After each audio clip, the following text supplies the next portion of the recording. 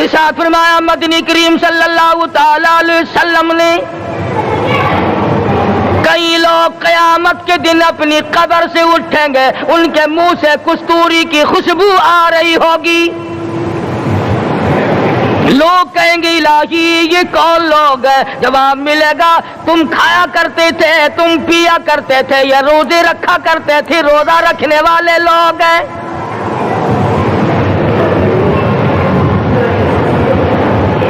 ملتان کے دوستو، اگر تمہاری یہ تمنا ہو کہ ہم قیامت کی پیاس سے بچ جائیں، 50,000 سال کی شدت والی پیاس سے بچ جائیں، قیامت کے دن والی گھبراہٹ سے بچ جائیں، قیامت کے خوفناک عذاب سے بچ جائیں، اگر 50,000 سال کی دھوپ سے بچنا چاہتے ہو، شدت سے بچنا چاہتے ہو، گرمی سے بچنا چاہتے ہو، پیاس سے بچنا چاہتے ہو، مسلم شریف کی روایت میں ہے ایک آدمی کی زبان اتنی باہر لٹک جائے گی اس پہ 18 آدمی کھڑے ہو سکے۔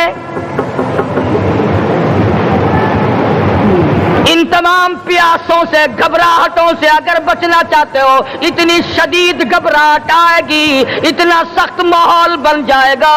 قرآن کریم کہتا ہے یا ایھا الناس اتقوا ربکم، ڈرو اپنے پروردگار سے جتنے تمہیں آنکھیں دی، اتقوا ربکم، ڈرو اس پروردگار سے جس نے زبان دی، اتقوا ربکم، ڈرو اس پروردگار سے جس نے اولاد دی، اتقوا ربکم، ڈرو اس پروردگار سے جس نے کاروبار دیا، ڈرو اس پروردگار سے جس نے ہاتھ دیے، جس نے پیر دیے۔ فرمایا اتقوا ربکم ان زلزلۃ الساعۃ شیء عظیم، اتنا سخت گھبراہٹ ہوگا قیامت کے دن۔ نبی کریم صلی اللہ علیہ وسلم نے فرمایا اگر کوئی اس پیاس سے بچنا چاہتا ہے، اس گھبراہٹ سے بچنا چاہتا ہے، تو ایک ہی صورت ہے کہ وہ رمضان کے روزے رکھا کرے۔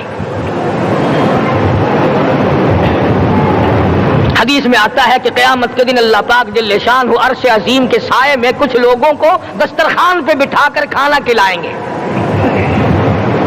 اس تباہ کاریوں والے دن، پریشان حال والے دن، جس دن یہ حال ہو، فرمایا یوم یفر المرء من اخیہ و امہ و ابیہ و صاحبتہ و بنیہ، اما ابا بیوی اولاد کوئی بھی کام آنے کو تیار نہیں۔ حالات اس طرح سے دگرگوں بن جائیں گے۔ فرمایا کلا اذا بلغت التراقی وقیل من راق وظن انہ الفراق والتفت الساق بالساق الى ربک یومئذ المساق۔ فرمایا موت تمہارا کام آ کر تمام کر دے گی، یہ ہاتھ کام نہ کریں گے، یہ آنکھ کام نہ کریں گی، یہ پیر کام نہ کریں گے، یہ دل و دماغ نکما ہو جائے گا، یہ بیوی بچے کام نہ آئیں گے، یہ دھن دولت کام نہ آئے گی، تمام کا تمام نظام کائنات بیکار ہو جائے گا۔ تو خداوند کریم نے رمضان المبارک کے ساتھ ساتھ شب قدر کی حج کی رات عطا فرمائی، اور یوں فرمایا اے میرے محبوب آپ رویا نہ کریں، آپ غم زدہ نہ ہوں، آپ پریشان حال نہ رہا کریں، میں نے تیری امت پہ کرم کر دیا، ایک رات ایسی عطا کر دی جو 1000 مہینوں سے بہتر ہے۔ اور قرآن کریم پڑھنے کا لطف میں اور آپ کیا جانے۔ جاؤ ابو بکر صدیق رضی اللہ تعالیٰ عنہ سے پوچھو کیسا قرآن کریم پڑھا کرتا تھا۔ سارے کافروں نے کھڑے ہو کر کے اعتراض کیا ابو بکر کو ہم زور سے قرآن کریم نہیں پڑھنے دیں گے۔ ابو ابو بکر قرآن پڑھتا ہے، ہماری عورتیں پر اثر انداز ہوتا ہے، ہمارے بچوں پہ اثر ہوتا ہے. اور مکے کے کافروں کا یہ بیان ہے کہ جب صدیق اکبر قرآن پڑھتا تھا پہاڑ لرز جایا کرتے تھے.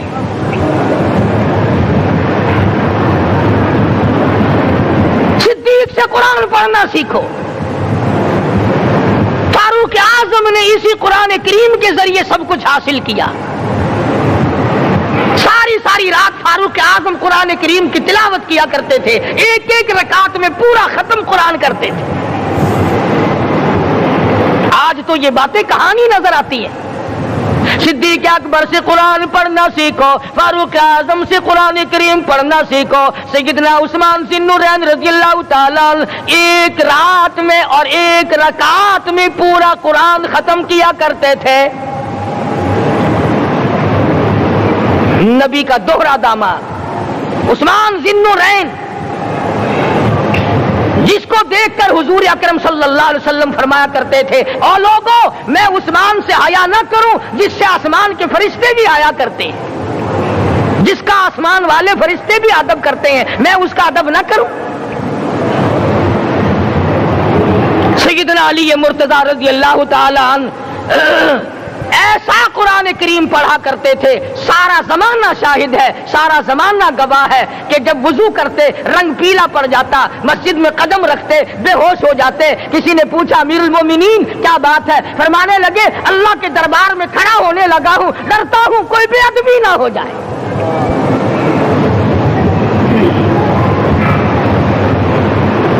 قرآن کریم ان سے پڑھنا سیکھو. حسین نے تلواروں کی چھاؤں میں قرآن پڑھا، نیزے کی نوک پہ قرآن پڑھا.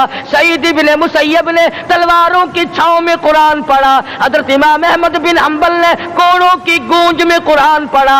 ابو حنیفہ رحمت اللہ علیہ نے جیل سے جنازہ نکلنے سے پہلے قرآن پڑھا. علامہ ابن تیمیہ نے جیل کے مینارے میں قرآن پڑھا اور کوڑے کھائے.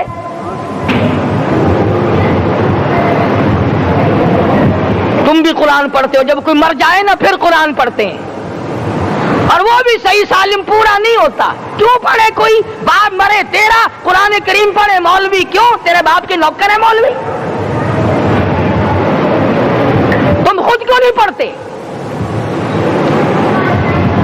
تمہارا خود کا تو یہ حال ہے کہ جن کپڑوں میں باپ نے دم توڑا، جن کپڑوں میں ماں نے دم توڑا، جن کپڑوں میں گھر والی نے دم توڑا، جن کپڑوں میں بھائی نے دم توڑا، وہ سارے کپڑے الگ رکھتے ہو. ارے ظالمو، تمہیں اپنے ماں باپ کے کپڑوں سے نفرت ہے.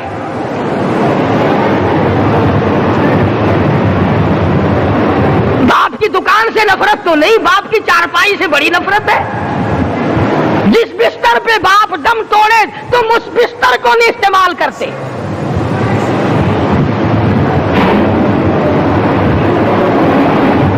رسموں میں ڈوبے پڑے ہیں لوگ، رسمیں بنا رکھی ہیں، یوں کرنا چاہیے اور اس طرح سے کرنا چاہیے. لہد کے پانی سے بچو، مردے کے کپڑے سے بچو، مردے کی چارپائی سے دور رہو، فلاں چیز سے دور رہو. تم نے کبھی یہ بھی سوچا کہ اگر تمہارے بس کی بات ہو تم موت سے بھی دور رہ کے دکھاؤ نا. اور وہ تو یہ شکر ہے کہ اللہ پاک نے قانون موت کا اپنے ہاتھ میں رکھا، ورنہ یہ جتنے بڑے بڑے ہیں نا یہ سارے کے سارے فرشتوں کو پیسے دے کر ہمیں مرواتے رہتے. یقین جانو سرمایہ دار اور یہ بڑے بڑے افسر سب بچے رہتے، ہمارا تختہ نکلوا دیتے. شکر ہے اسرائیل رشوت نہیں لیتا. اگر وہاں نوٹوں کے تھبے چلتے تو یقین جانو چپکے سے کان میں کہہ دیا کرتے اسرائیل کے برابر والے کا کام کر دے، میرا نہیں برابر والے کا رگڑا نکال دے. اللہ نے نظام اپنے ہاتھ میں رکھا پھر بھی لوگ نہیں ڈرتے.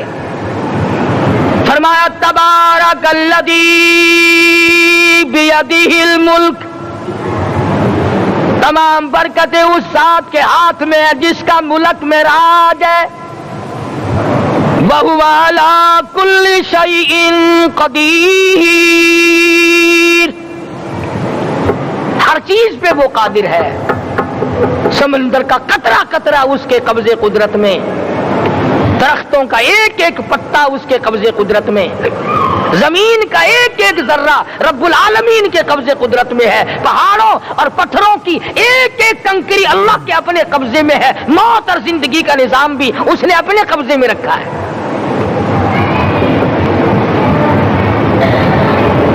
قرآن کریم ان سے پڑھنا سیکھو اگر کسی نے پڑھنا ہے. مجد الفسانی سرہندی رحمت اللہ علیہ جب قرآن کریم پڑھا کرتے تھے تھوڑا سا پڑھتے پھر بے ہوش ہو جاتے. شاہ ولی اللہ نے مار کھا کر قرآن کریم پڑھا. شاہ عبدالعزیز کے دونوں ہاتھوں کے انگوٹھے کھینچ کر نکال دیے گئے مگر قرآن پڑھا. مولانا شاہ اسماعیل شہید رحمت اللہ علیہ کو بالا کوٹ میں ٹکڑے کر دیے گئے مگر اللہ والے نے قرآن کی تلاوت نہ چھوڑی.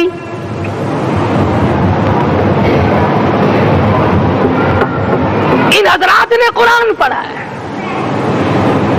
ہمیں اگر قرآن کی لذت آ جائے, قرآن کریم کا مزہ معلوم ہو جائے, حلاوت معلوم ہو جائے, ہم تمام زندگی تلاوت ہی کرتے رہیں. حضرت لاہوری رحمت اللہ علیہ رات دن تلاوت کیا کرتے تھے. ظالم افیسروں نے برف کی سلی پہ لٹا لیا اور حضرت سے کہا گیا کہ آپ اپنے مطالبے ختم نبوت سے دستبردار ہو جائیں. تو حضرت نے جواب دیا میں جان کا سودا کر چکا ہوں, ایمان کا سودا نہیں کرتا. سید عطا اللہ شاہ صاحب بخاری سب قید رحمت اللہ علیہ جیل میں ہے. 20 سیر گندم روزانہ پیسنے کے لیے ملتی ہے. پسا ہوا آٹا انتظامیہ کے حوالے کر دیتے ہیں. حیران ہے انتظامیہ کس وقت چکی چلاتا ہے بخاری, کس وقت پیستا ہے, یہ تو قرآن پڑھتا رہتا ہے. سپرڈنٹ جیل نے چھاپا مار کر دیکھا پچھلی رات کو قرآن کریم بیٹھا ہوا بخاری پڑھ رہا ہے, سورت یوسف کی تلاوت ہو رہی ہے, چکی خود بخود چل رہی ہے, دانے خود بخود اٹھ کر چکی میں پڑھ رہے ہیں.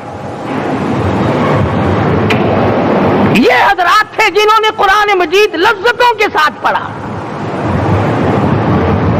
غازی علم الدین نے پھانسی کی کوٹڑی میں رات دن قرآن کی تلاوت کر کر کے حضور اکرم صلی اللہ علیہ وسلم کا روزانہ دیدار کیا. سلطان نور الدین زنگی رحمت اللہ علیہ ہر جمعرات کو پورا قرآن ختم کرتا تھا اور 1000 دفعہ درود شریف پڑھا کرتا تھا. مدنی کریم صلی اللہ علیہ وسلم کا خواب میں 12 دیدار کیا کرتا تھا. سلطان عالمگیر رحمت اللہ علیہ مغلیہ خاندان کا چشم و چراغ ہے, بادشاہ وقت ہے, قرآن مجید کا حافظ بھی تھا, مفسر بھی تھا, اور مدنی کریم صلی اللہ علیہ وسلم کی 5000 حدیث پاک عالمگیر بادشاہ کو زبان نہیں یاد تھی. اور اتنا اچھا مسلمان آدمی تھا کہ ساری زندگی میں تہجد کی نماز قضا نہیں کی. ساری زندگی میں بادشاہ تہجد پڑھا کرتے تھے. آج تم 2 ٹکے کے آدمی تہجد نہیں پڑھتے. یہی وجہ ہے کہ ہم آج کافروں کے سامنے مرغوب ہیں, مغلوب ہیں, ان سے دبے ہوئے ہیں. کبھی اسرائیل فلسطینیوں کو مارتا ہے, کبھی لبنان کو مارتا ہے, کبھی شام پہ چڑھائی کرتا ہے. یہی وجہ ہم نے قرآن چھوڑا, اللہ پاک نے اپنی رحمت کی چادر ہمارے سر سے اتاری. قرآن کریم کی لذت ان لوگوں کو ملی جنہوں نے ہر موڑ پہ تلاوت کی. صحابہ اکرام رضوان اللہ تعالی علیہ مجمعین میں سے ایک رات ایسی آئی, حضور صلی اللہ علیہ وسلم نے فرمایا کہ آج ہماری پہرے داری کون کرے گا. 2 انصاری جوان اٹھے اور وہ کہنے لگے کہ ہم کریں گے. چنانچہ حضور صلی اللہ علیہ وسلم نے ان کو پہرے دار بنا دیا. کمال کی زندگی صحابہ کرام کی. کوئی کسی کی کوٹھی کی چوکیداری کرے گا, کوئی کسی کے بنگلے کی چوکیداری کرے گا, کوئی غلہ منڈی کی چوکیداری کرے گا, کوئی سبزی منڈی میں چوکیداری کرے گا, کوئی کپڑا مارکیٹ میں چوکیداری کرے گا, کوئی لوہا مارکیٹ میں چوکیداری کرے گا. یہ انصاری جوان کتنے خوش نصیب ہے جو کالی کملی والے کے لشکر کی چوکیداری کر رہے ہیں. دونوں نوجوانوں نے آپس میں مشورہ کیا کہ بھئی جاگنا تو ویسے بھی ذمہ لگ گیا, تو سو جا میں جاگتا ہوں۔ چنانچہ جاگنے والے نے سوچا کہ خالی جاگ کر کیا کروں گا، قرآن کریم کی تلاوت کروں اور نماز کی نیت باندھ کر تلاوت کروں تاکہ پروردگار عالم راضی ہو جائے۔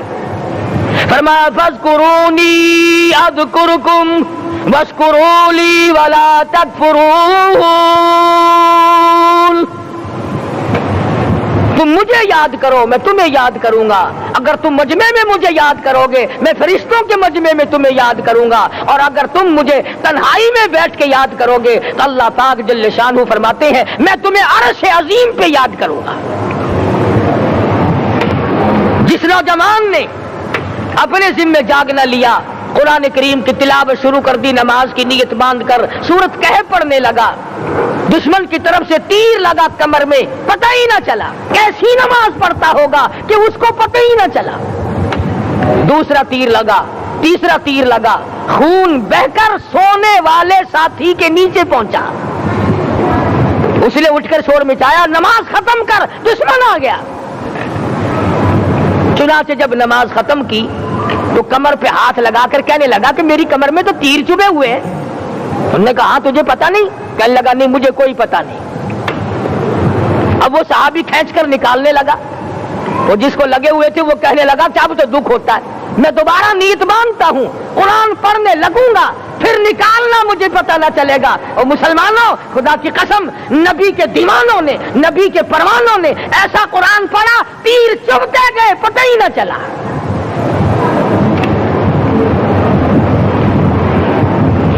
میرے نبی تیرے نبی ساری کائنات کے نبی، عرشیوں کے نبی فرشیوں کے نبی مدنی کریم صلی اللہ علیہ وسلم نے ایک ایک وقت میں 15 دن درختوں کے پتے چبا کر خدا کا قرآن پڑھا۔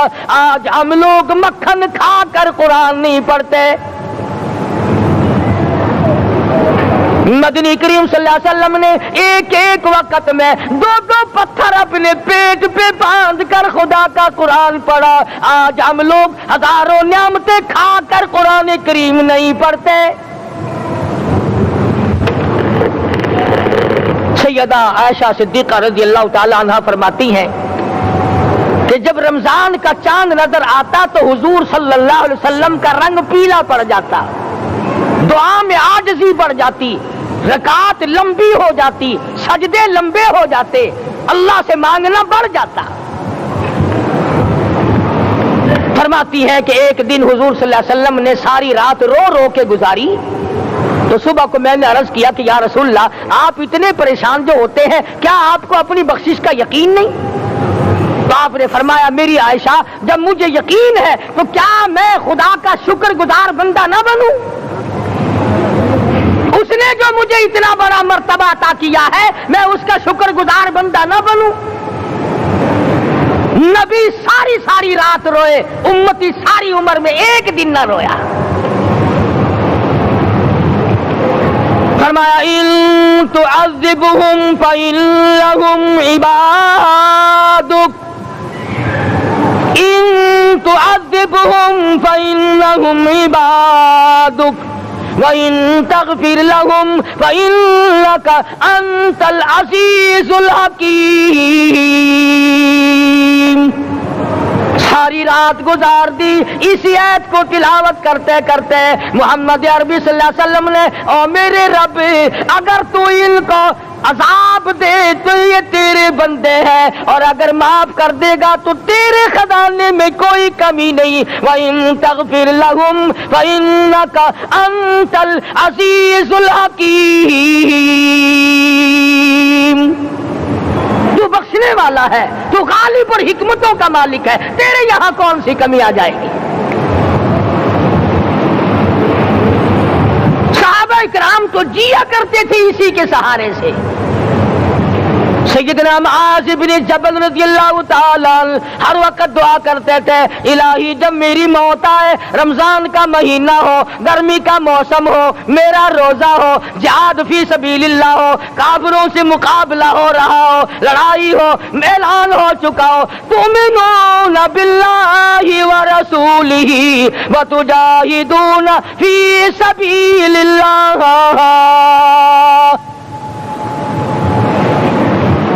حضرت معاذ دعا کرتے ہیں کہ میں تو یہ دعا کرتا ہوں کہ گرمی ہو، میرا روزہ ہو، کفار سے مقابلہ ہو، وہ میرے ٹکڑے کر دیں، میری زبان کاٹ دیں، تیری عدالت ہو، میری پیشی ہو، جب میرا خدا پوچھے معاذ دنیا سے کیا لایا، عرض کروں الہی زبان کٹا کے آیا ہوں، روزہ رکھ کر آیا ہوں، ارادہ یہ ہے کہ تیرے محبوب کے حوض کوثر سے روزہ افطار کروں گا۔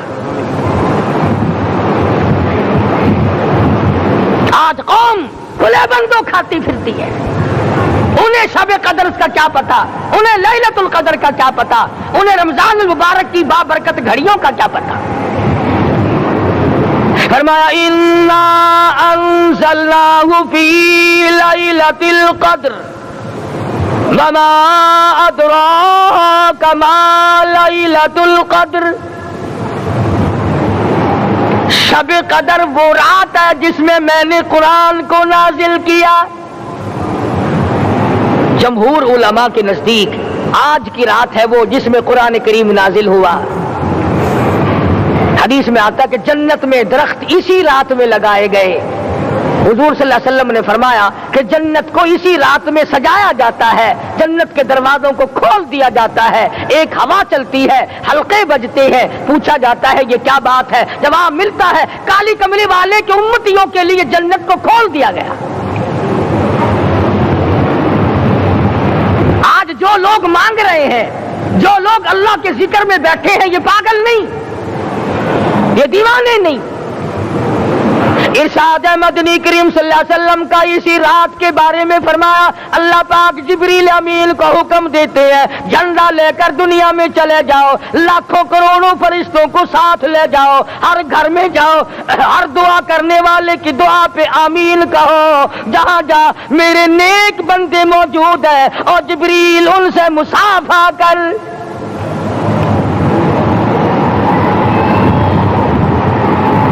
قسم کا آدمی آج بھی محروم ہے، مرد بھی عورتیں بھی کان کھول کر سن لیں، چار قسم کے آدمی آج کی رات بھی اللہ کی رحمت سے محروم ہے، شب قدر کی برکتوں سے محروم ہے، سعادتوں سے محروم ہے، رمضان کی خوشبختیوں سے محروم ہے۔ چار قسم کا آدمی۔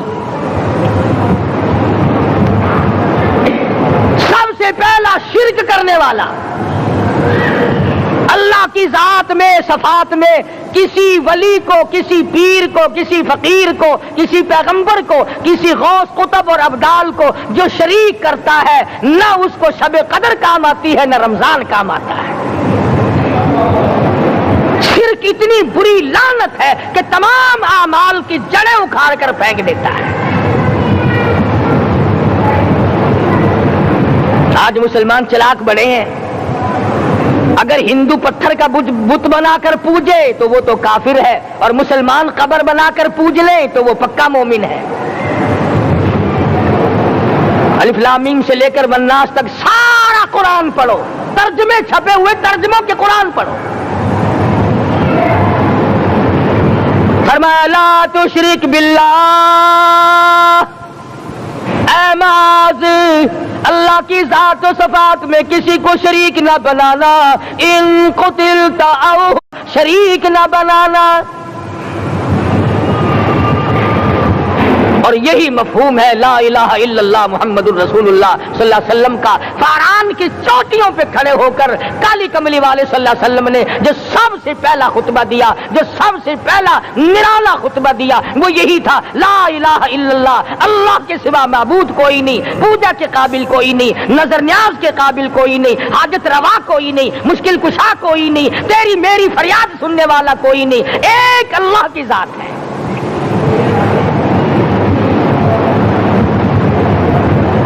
آج تو لوگ درختوں کی پوجا الگ کرتے ہیں، پانی کی پوجا الگ کرتے ہیں، قبروں کی پوجا الگ کرتے ہیں، اور پھر مومن کے مومن ہیں۔ تو چار قسم کے آدمی اس رات میں بھی اللہ کی رحمت سے محروم ہے۔ سب سے پہلا شرک کرنے والا، دوسرے نمبر پہ جس کے گھر میں کتا ہو یا خنزیر ہو، شوقیہ کتا یا خنزیر پال رکھا ہو،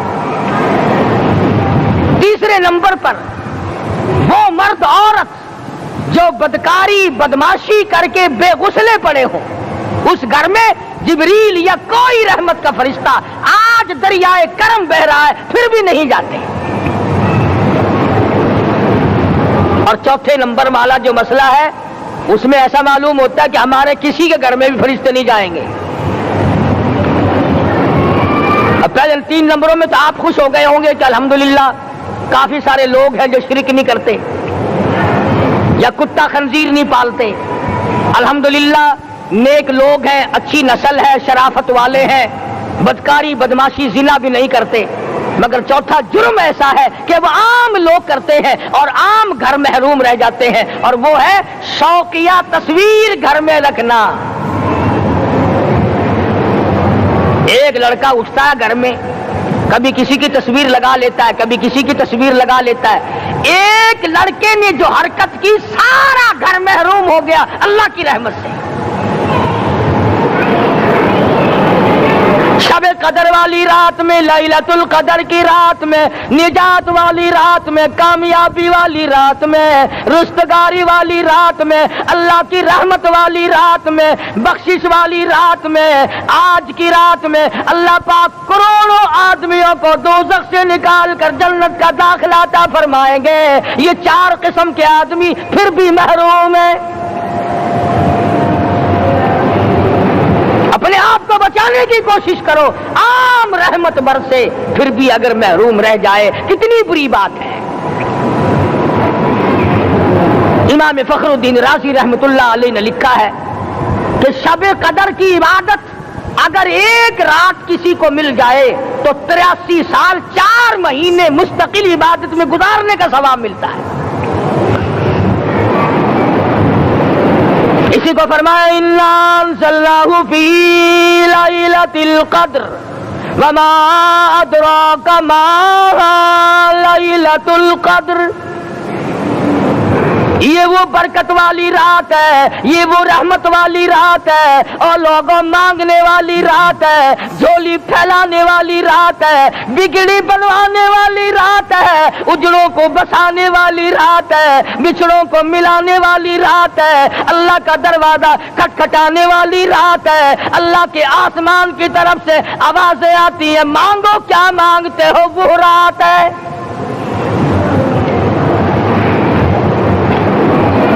اب نبی کریم صلی اللہ علیہ وسلم کی زبان مبارک پر اگر کوئی یقین نہ کرے تو اس کا کیا علاج ہے؟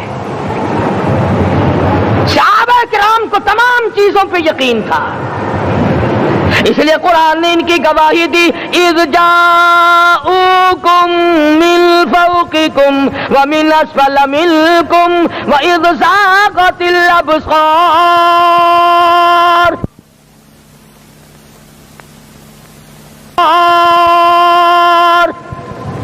وبلغت القلوب الحناجر.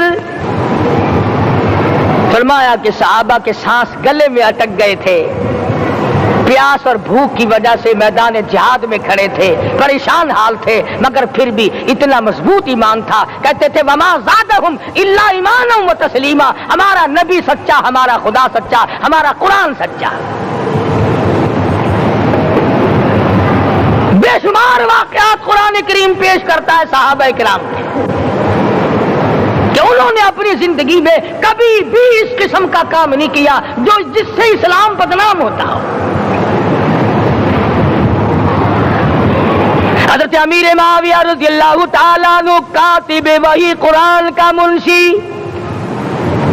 اتنا سچا عاشق تھا, اتنا بڑا دیوانہ اور پروانہ تھا.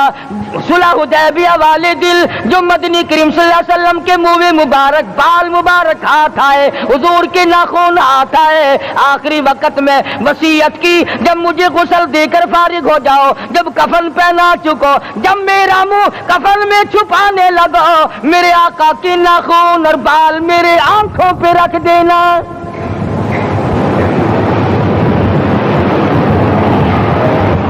اس قدر جذبہ تھا ان حضرات میں. اور نماز کبھی کسی صحابی نے قضا نہیں کی. آج کا مسلمان تو کسی معاملے میں بھی نہیں ڈرتا. حضور صلی اللہ علیہ وسلم نے مکروز میت کی نماز جنازہ کبھی نہیں پڑھائی. آج جس نے کسی کا قرضہ دینا ہو وہ پرواہ ہی نہیں کرتا, نہ موت سے ڈرتا ہے, نہ قبر سے ڈرتا ہے, نہ حشر سے ڈرتا ہے, نہ اللہ کے عذاب سے ڈرتا ہے. کوئی مر جاتا حضور اکرم صلی اللہ علیہ وسلم تشریف لاتے، پہلے پوچھتے اس کے ذمے کسی کا قرضہ تو نہیں، یا کوئی ضامن بنتا، اور یا خود حضور صلی اللہ علیہ وسلم فرماتے کہ میں قرضہ ادا کروں گا، پھر آپ جنازے کی نماز پڑھایا کرتے تھے۔ اتنے بڑے جذبے کے مالک تھے صحابہ کرام کہ انہوں نے کسی موڑ پہ بھی حضور صلی اللہ علیہ وسلم کو یوں خالی نہ چھوڑا، تنہا نہ چھوڑا، آپ کے ساتھ نہ چھوڑا، قرآن کریم کے حکموں کی کبھی بھی خلاف ورزی نہ کی۔ یہی وجہ تھی کہ اللہ پاک نے ان کو پوری دنیا کا مالک بنایا، کابل سے لے کر طرابلس تک کا علاقہ صحابہ کرام نے تمہیں فتح کر کے دیا۔ اور ظالم مسلمانوں، آج صحابہ نے جو علاقے تمہیں فتح کر کے دیے تھے، آج وہاں کفر دندنا رہا ہے۔ تم نے کفر کے جھنڈے لہرائے، تم نے کفر کے حوالے کیا مسلمانوں، اور پھر تان صحابہ پہ کرتے ہو۔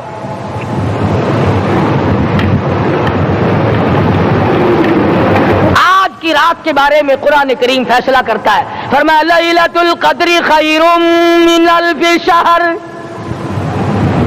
1000 مہینوں سے بہتر ایک رات عطا ہو گئی۔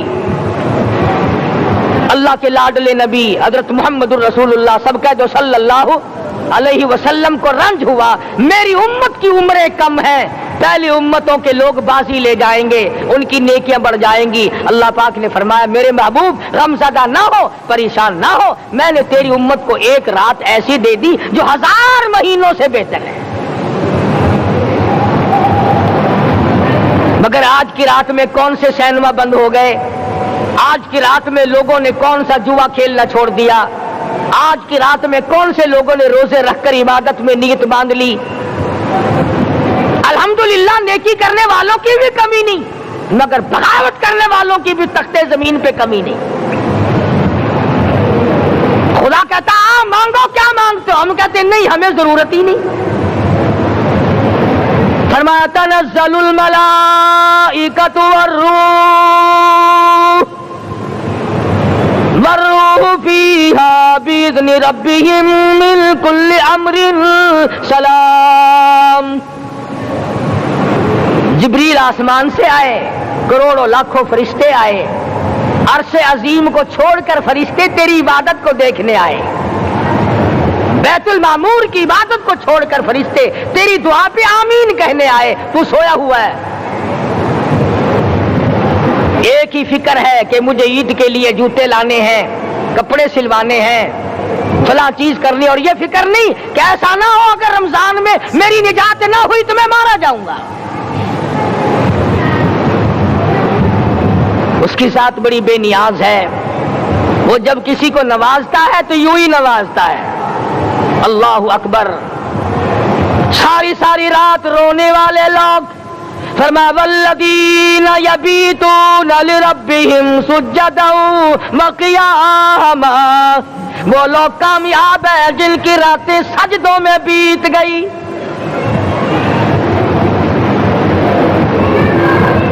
ان مسجدوں میں ہم سے قرآن نہیں پڑھا جاتا، پنکھوں کے نیچے قرآن نہیں پڑھا جاتا۔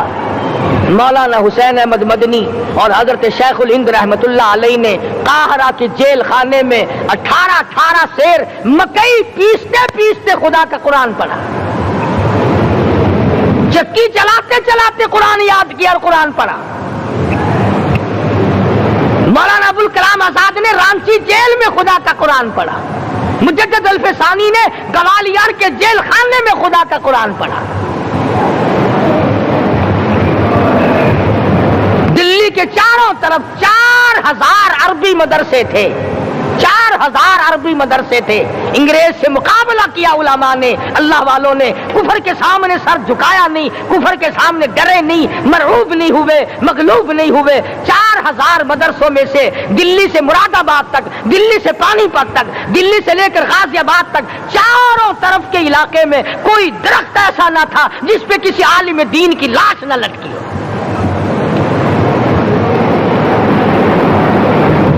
اسلام کی حفاظت بابو نے نہیں کی، اسلام کی حفاظت انگریزی خانوں نے نہیں کی، بوریہ نشینوں نے کی ہے، مسجد میں بیٹھنے والوں نے کی ہے، لوٹے سے وضو کرنے والوں نے کی ہے، سوکھے ٹکڑے کھانے والوں نے قرآن کی حفاظت کی ہے، انگریزی خانوں نے نہیں کی ہے۔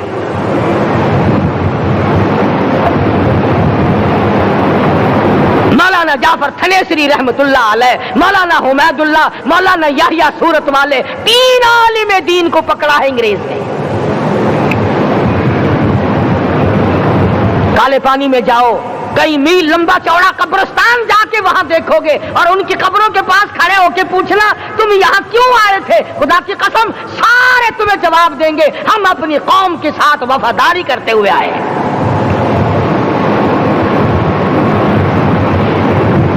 پیروں میں بیڑیاں ہیں، چابک مارے جا رہے ہیں علماء دین کو۔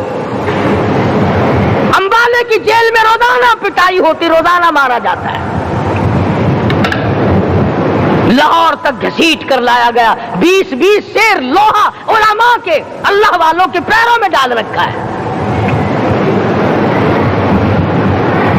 تم نے تو صرف یہی سوچا ہے نا کہ کوئی مر جائے گا تو چھولوں پہ بیٹھ کے قرآن پڑھیں گے، نہیں نہیں، اللہ والوں نے پیروں میں بیڑیاں پہن کر قرآن پڑھا، ہاتھوں میں ہتکڑیاں پہن کر قرآن پڑھا، چابک اور کوڑوں کی سائے میں قرآن پڑھا، تلوار کی نوک پہ قرآن پڑھا۔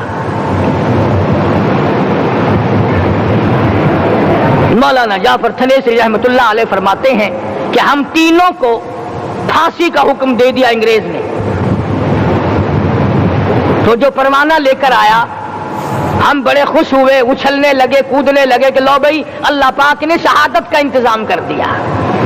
فرمایا وَلَا تَقُولُوا لِمَن يُقْتَلُ فِي سَبِيلِ اللَّهِ أَمْوَاتٌ بَلْ أَحْيَاءٌ وَلَٰكِن لَّا تَشْعُرُونَ۔ جو میری راہ میں مارا گیا، جو میرے نام پہ مارا گیا، اسے تم مردہ نہ کہو، اس کی زندگی کی تم تمیز کر ہی نہیں سکتے۔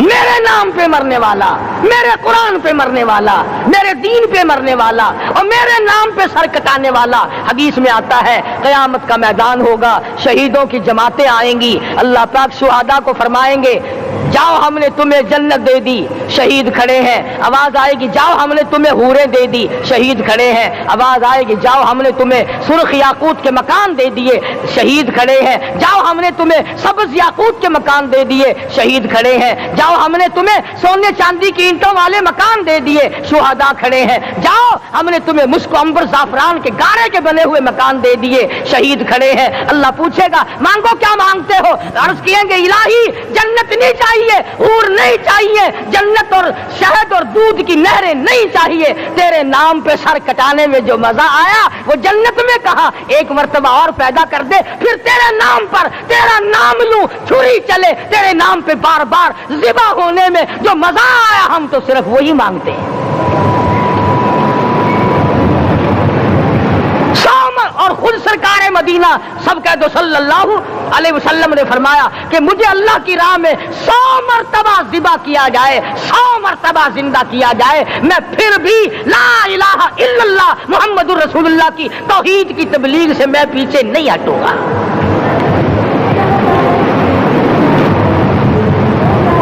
کبھی تو غور کرو عقل مند ہو سارے کہ آج مسلمان کیوں مار کھا رہا ہے؟ افغانستان میں مسلمان پٹ رہا ہے، ہندوستان میں مسلمان مار کھا رہا ہے، فلسطین میں مسلمان مار کھا رہا ہے، لبنان میں مسلمان کی پٹائی ہو رہی ہے، شری لنکا میں مسلمان کو ذبح کیا، آخر ہو کیا گیا؟ ہم نے ایسا کیا گناہ کر دیا کہ چاروں طرف کفر چڑھ گیا اور ہم مر گئے؟ تم نے قرآن چھوڑا، اللہ نے اپنی رحمت کی چادر اتاری، اللہ نے ساتھ چھوڑ دیا، اللہ نے نصرت کرنی چھوڑ دی، ورنہ قرآن میں خدا کا وعدہ ہے مسلمان تو کھڑا ہو جا، مجاہد بن کر میدان میں تو آ، مقابلہ میں کروں گا۔ خدا کی قسم یہ قرآن گواہ ہے، آل عمران گواہ ہے، چوتھا سپارہ قرآن کا گواہ ہے کہ صحابہ کہتے ہیں ہم نے چھڑی، درخت کی چھڑی کامچی توڑ کر کافر کی طرف یوں اشارہ کیا، گردن وہ جا کے پڑی۔ میدان بدر میں مرنے والے کافروں کا بیان ہے، کہ ہمیں انہوں نے نہیں مارا، ہمیں تو کسی اور نے مارا ہے۔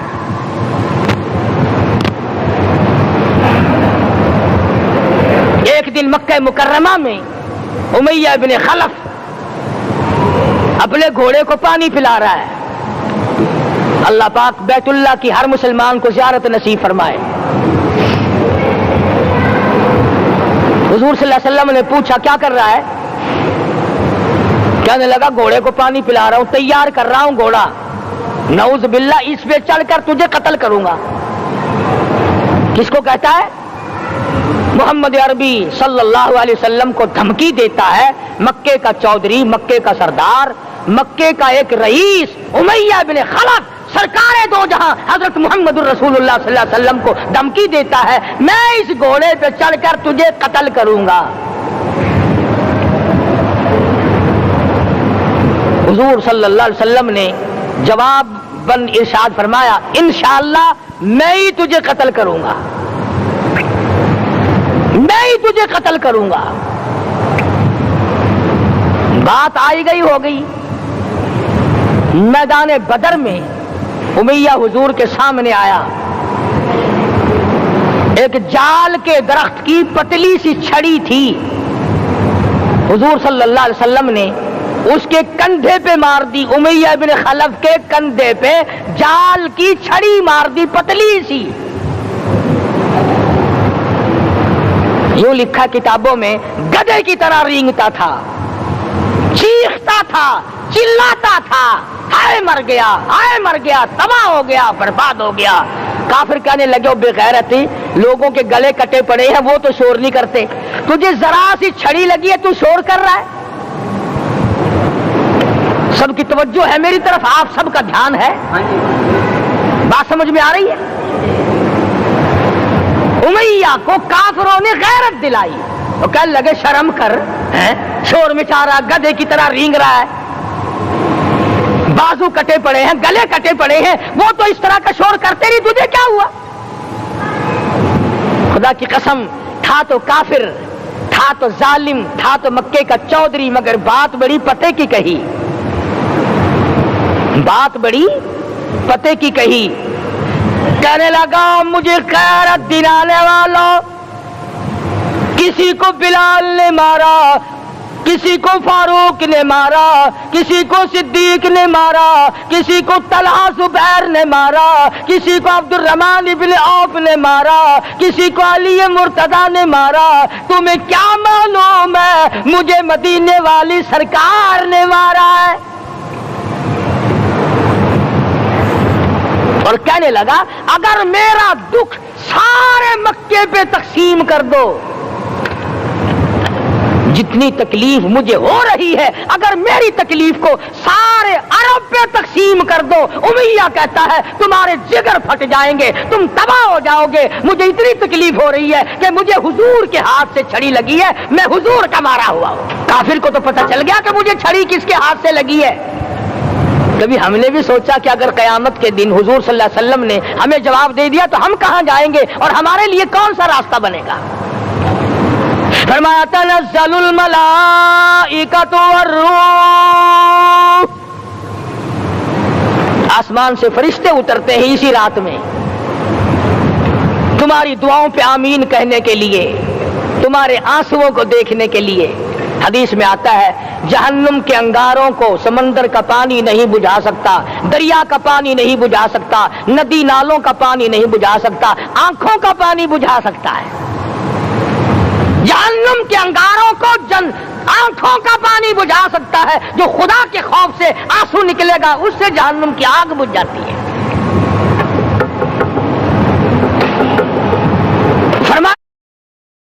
اس رات میں اترتے ہیں فرشتے تمہاری عبادات کو دیکھنے کے لیے، اور خود اللہ جل شانہ آسمان دنیا پر نزول اجلال فرماتے ہیں اور آواز لگاتے ہیں میرے بندو اپنی مصیبتوں کا سوال کرو، میں آج پورا کروں گا۔ تو دین جن کی سمجھ میں آیا، میں ان کی بات کر رہا تھا، مولانا جعفر تنیسری رحمت اللہ علیہ اور یہ تینوں بزرگ خوش ہو گئے، اللہ پاک نے شہادت کا انتظام کر دیا۔ وہ جو پروانہ لے کے آیا تھا پھانسی کا، وہ انگریز افسر کو جا کے کہنے لگا کہ مولوی تو خوش ہو رہے ہیں، پھانسی آنے پر تیار ہیں۔ انگریز کہنے لگا ہم نے مولویوں کو خوش نہیں ہونے دینا، ہم نے پھانسی کینسل کر دی، ہم نے پھانسی کا حکم منسوخ کر دیا۔ مولانا کالے پانی کی کتاب میں لکھتے ہیں جب مجھے پھانسی کی اطلاع ملی تھی میں نے رات کو درخت کے پتے چبا کر روزے کی نیت کر لی، اپنے رب کی حضور میں جاؤں تو روزہ دار ہو کر جاؤں۔